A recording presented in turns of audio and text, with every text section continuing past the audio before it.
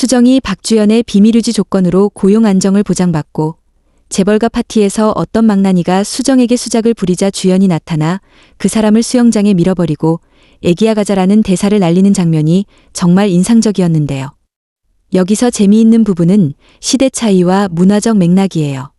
2004년 파리의 연인에서 박신양이 김정은에게 했던 유명한 대사 아기야 가자를 패러디했는데 그 시절을 모르는 수정 캐릭터가 나 애기예요? 라고 어리둥절해하고 주연이 머쓱해하는 모습이 코믹하게 그려졌어요. 이 장면은 2004년의 인기 드라마 파리의 연인의 명장면을 현대에 재해석했다는 점에서 의미가 있어요. 당시 파리의 연인은 최고 시청률 57.6%를 기록했던 데이트 드라마였고 박신양의 아기야 가자 대사는 엄청난 임팩트를 남겼죠.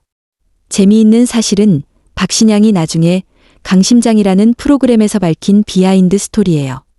처음 대본을 받았을 때 장난인 줄 알았다가 진짜라는 걸 알고 실제로 그 대사를 할 때 얼굴이 빨개지고 식은땀이 났다고 해요. 심지어 이걸 도대체 어떻게 하냐며 화를 내기도 했다고 합니다. 이렇게 유명한 장면이지만 2004년 드라마이다 보니 지금의 10에서 20대는 잘 모를 수도 있는 문화적 맥락을 그놈은 흑염룡에서 재미있는 에피소드로 잘 풀어낸 것 같아요. 세대 간의 문화적 차이를 보여주면서도 주연의 캐릭터에 또 다른 매력을 더해준 순간이었습니다. 물에 빠진 찌질이 재벌님이 저 여자가 뭔데 나한테 이러는 거냐고 소리치자 직원이라고 말합니다. 근데 그냥 직원 아니고 회사에 없어선 안 될 아주 중요한 직원이라며 지리는 멘트 날려주십니다. 이 장면은 전형적인 재벌 남주 로맨스 드라마의 클리셔를 잘 활용하면서도 신선하게 풀어낸 것 같아요. 특히 반주연이 수정을 회사에 없어선 안 될 아주 중요한 직원이라고 말하는 부분은 직장 로맨스의 묘미를 잘 살린 대사였습니다. 여기서 재미있는 건 반주연의 캐릭터 변화예요. 과거 게임 속 흑염룡이라는 중 두병 캐릭터에서 이제는 대기업 임원으로 성장했지만 여전히 그의 속에는 과거의 로맨틱한 성향이 남아있다는 걸 보여주는 장면이죠. 함께 매장에 왔다가 선글라스 수리 문제로 실랑이 하는 고객을 본 주연은 그를 자꾸 자극하는데 뒤늦게 그가 주연 자신의 최애였다는 사실을 깨닫게 되지만 이미 돌이킬 수 없는 실수를. 이에 수정은 자처에서 선글라스 케이스에 사인을 받아주는 아주 이쁜 짓을 합니다. 아이처럼 좋아하는 주연을 수정은 뭔가 확실히 좋아하는 게 있다는 게 부럽다며 주연을 이해해 줍니다. 이에 주연도 수정에 대한 경계를 살짝 늦추는 듯합니다. 이 장면은 반주연과 백수정의 관계가 한 단계 더 깊어지는 중요한 전환점이에요. 특히 주연의 평소 냉철하고 완벽주의적인 이미지와는 달리 자신의 최애 앞에서 아이처럼 들뜨는 모습은 그의 새로운 면모를 보여주는 귀여운 장면이었습니다.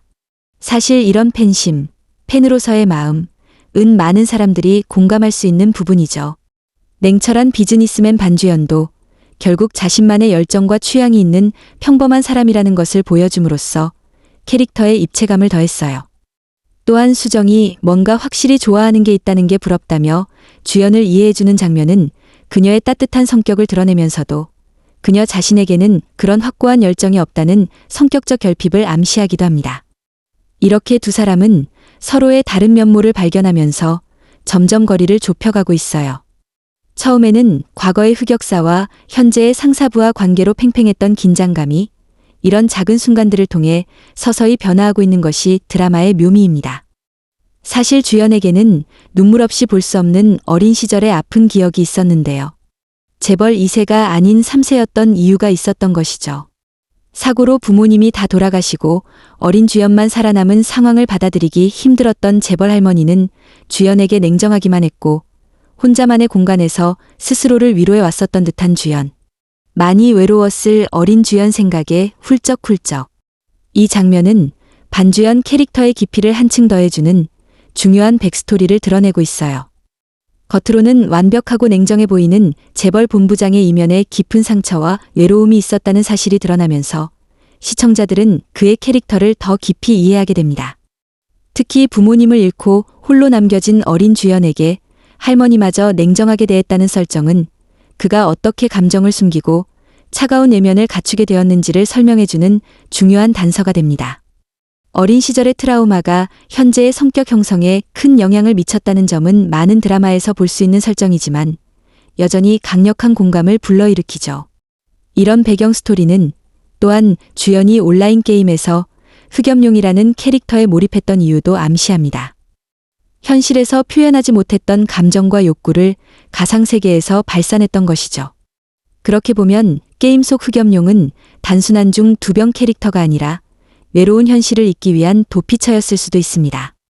이처럼 캐릭터의 과거 트라우마를 통해 현재의 행동 패턴을 이해할 수 있게 해주는 장치는 시청자들의 공감과 감정이입을 유도하는 효과적인 스토리텔링 방식입니다.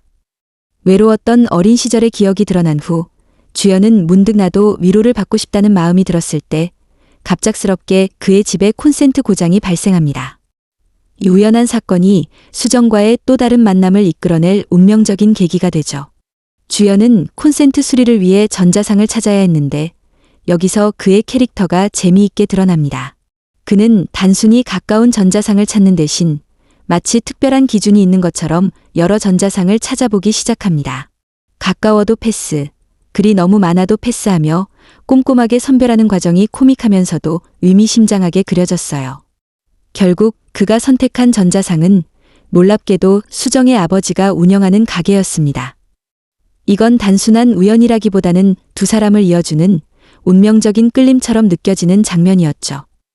이 전개는 직장이라는 공적인 공간을 넘어 두 사람의 사적인 영역이 교차하기 시작했다는 것을 의미합니다. 주연이 전자상을 찾는 과정에서 보여준 선별적인 태도는 마치 무의식적으로라도 수정과 다시 연결되고 싶은 그의 내면, 심리를 암시하는 듯해서 더욱 흥미로웠습니다. 로맨스 드라마에서 자주 사용되는 의미 있는 우연이라는 요소를 통해 두 사람의 관계가 한층 더 발전하는 계기를 마련한 중요한 장면이었어요. 수정의 아버지에게 전화를 걸었지만 아버지가 거리가 멀다며 출장을 거부하자 주연은 기발한 방법을 택합니다.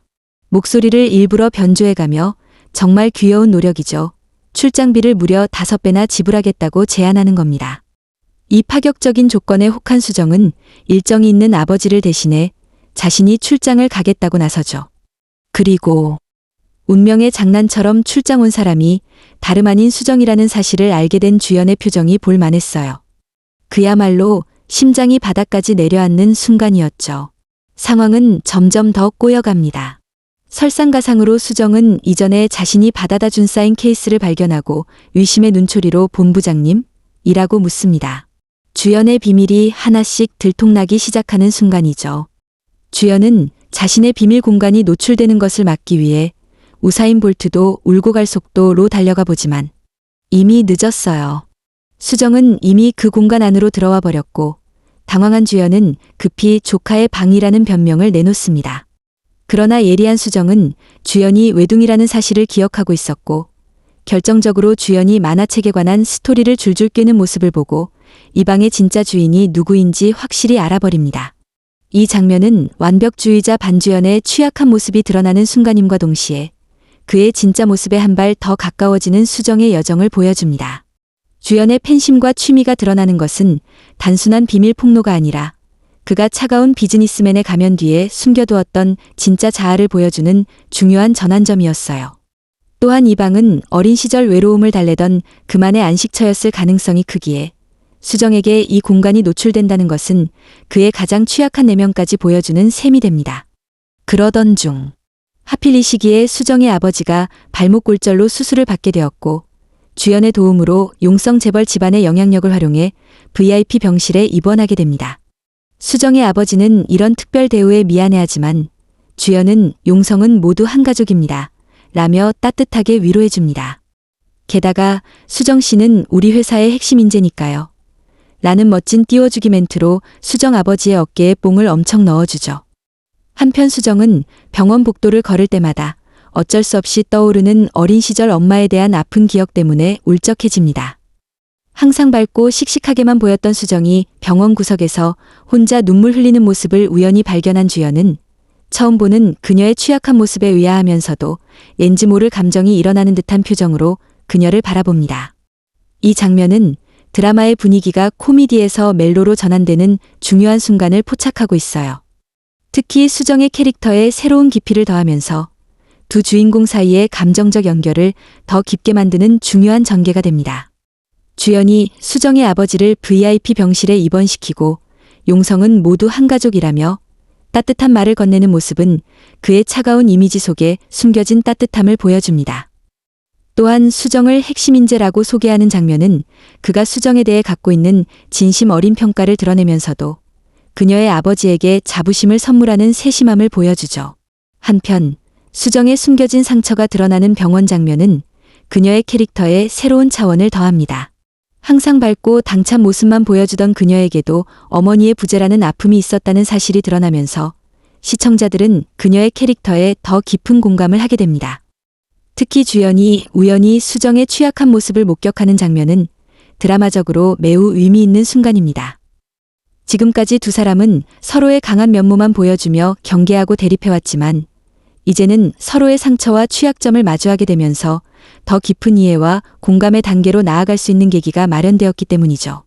이처럼 가족과 상실의 테마를 통해 두 주인공의 관계가 한 단계 더 발전하는 전개는 로맨스 드라마의 전형적인 구조를 따르면서도 두 인물의 내면 성장을 섬세하게 그려내고 있습니다.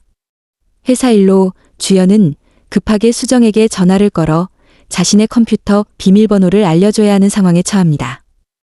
그런데 평소 냉정하고 카리스마 넘치던 주연이 전화기 앞에서 갑자기 우물쭈물 주저하며 비밀번호를 말하는 모습이 너무 귀여웠어요.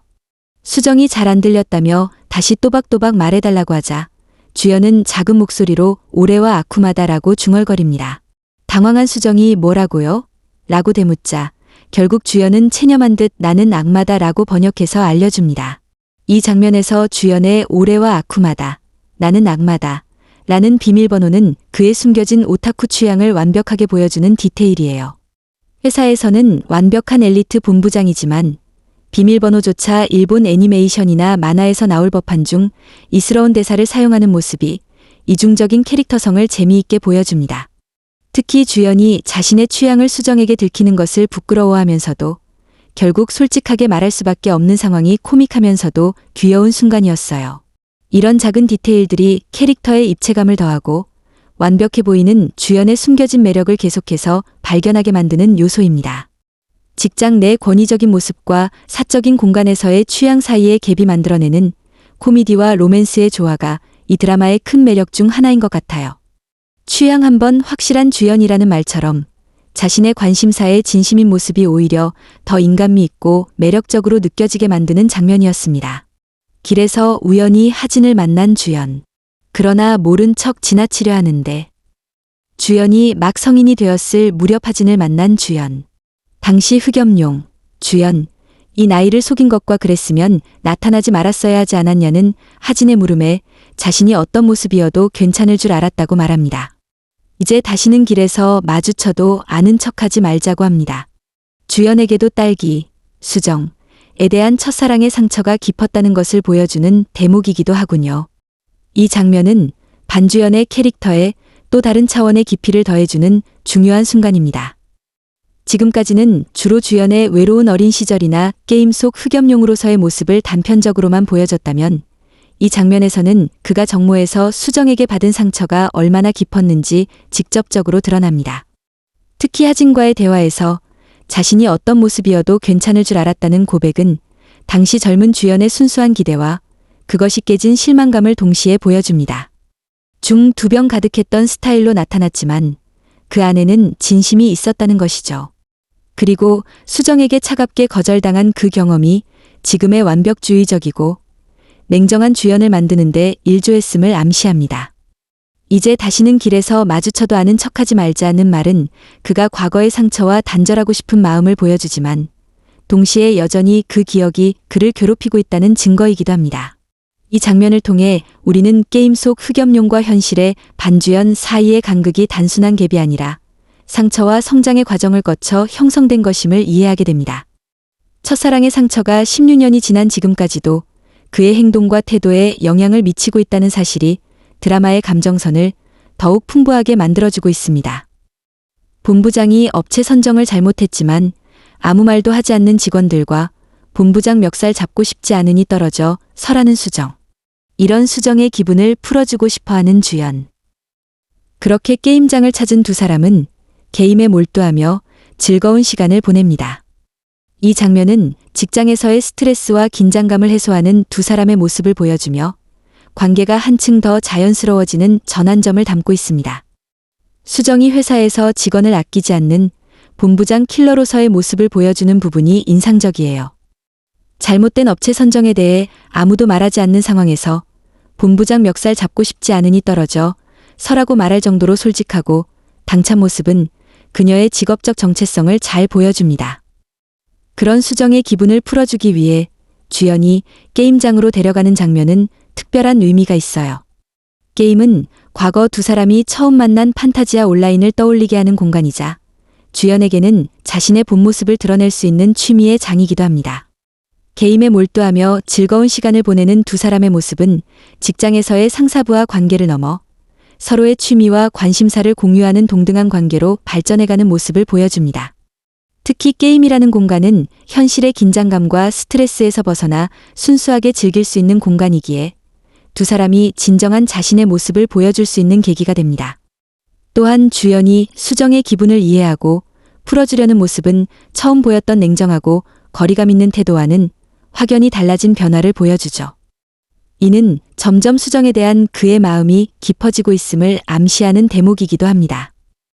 게임을 실컷 즐긴 후 본부장 주연과 함께 하진의 가게로 가고 있는 두 사람. 수정 신발끈이 딱 풀려주시고 주연이 딱 묶어주시고 멜로신. 그런데 갑자기 가게에 흑염룡이 있으니 오지 말라는 하진. 오잉? 아 뭐래. 거의 다 왔는댕 그나저나 흑염룡이? 이 장면은 로맨스 드라마의 클래식한 요소들을 담고 있으면서도 흥미로운 반전을 준비하고 있어요. 게임장에서 즐거운 시간을 보낸 두 사람의 분위기가 한껏 무르익은 상태에서 신발끈 메어주기라는 소소하지만 로맨틱한 장면이 등장합니다. 신발끈이 풀린 수정을 위해 주연이 직접 끈을 묶어주는 모습은 로맨스 드라마의 대표적인 설렘 포인트죠. 높은 지위의 본부장이 직원을 위해 몸을 낮추는 행동 자체가 상징적이면서도 두 사람 사이의 거리가 점점 좁혀지고 있음을 시각적으로 보여주는 효과적인 장면입니다. 그러나 이런 로맨틱한 순간은 하진의 갑작스러운 연락으로 중단됩니다. 가게에 흑염룡이 있으니 오지 말라는 하진의 말은 극적인 긴장감을 조성하면서 여러 의문을 던집니다. 여기서 말하는 흑염룡은 누구일까? 주연 말고 다른 누군가가 흑염룡을 자칭하고 있는 것인지 아니면 주연의 과거를 아는 누군가가 나타난 것인지 시청자들의 호기심을 자극하는 장치가 됩니다. 수정의 아 뭐래? 거의 다 왔는댕이라는 반응과 그나저나 흑염룡이?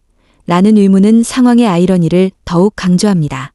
그녀는 지금 옆에 있는 주연이 바로 흑염룡이었다는 사실을 알고 있지만 하진의 말에서 언급된 흑염룡이 다른 누군가일 수도 있다는 가능성에 혼란스러워하는 것이죠. 이렇게 로맨틱한 분위기가 미스터리한 상황으로 급전환되는 전개는 시청자들의 궁금증을 유발하면서도 다음 에피소드로의 자연스러운 연결고리를 만드는 효과적인 장치입니다. 그리고 다음화 예고편을 보고 다음화 전개 예상도 함께 해보도록 하겠습니다. 예고편을 토대로 볼 때 회사의 중요한 프로젝트가 시골 지역과 관련된 것으로 보입니다. 백수정이 직접 설득하러 갔다는 말에서 중요한 프로젝트의 이해관계자, 아마도 그 할아버지를 설득해야 하는 상황인 것 같네요. 주연이 혼자서요? 라고 걱정하는 것을 보면 처음에는 수정이 혼자 시골로 출장을 떠날 것 같습니다.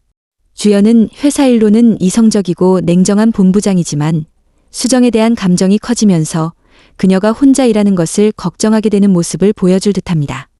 그러나 주연은 결국 자신도 모르게 수정을 걱정하게 되고 핑계를 대서라도 같은 지역으로 출장을 가게 될 것 같습니다. 시골에서 우연을 가장한 필연적인 만남이 이루어지겠죠. 수정이 당황해서 주연을 내 동생이라고 소개하는 장면은 아마도 할아버지에게 개인적인 관계를 숨기려는 급한 변명일 겁니다.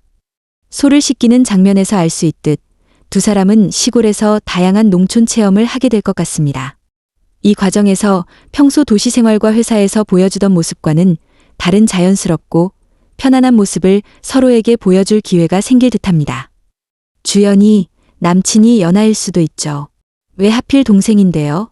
라고 따져 묻는 장면은 그가 수정의 소개에 불만을 느끼고 있음을 보여줍니다. 아마도 이 시점에서 주연은 자신의 감정을 더 이상 숨기지 못하고 있는 것 같네요. 수정이 애 자꾸 사람 헷갈리게 해라며 도망치듯 나가는 모습은 그녀 역시 주연에 대한 감정이 커지면서 혼란스러워하는 상태를 보여줍니다. 직장에서의 관계와 개인적인 감정 사이에서 갈등하는 모습이겠죠. 마지막 씬에서 수정이 조심스럽게 혹시 저한테 관심 있어요? 라고 물어보는 것은 그동안의 감정 변화와 혼란이 절정에 달한 후 마침내 솔직한 대화를 시도하는 중요한 장면일 것 같습니다.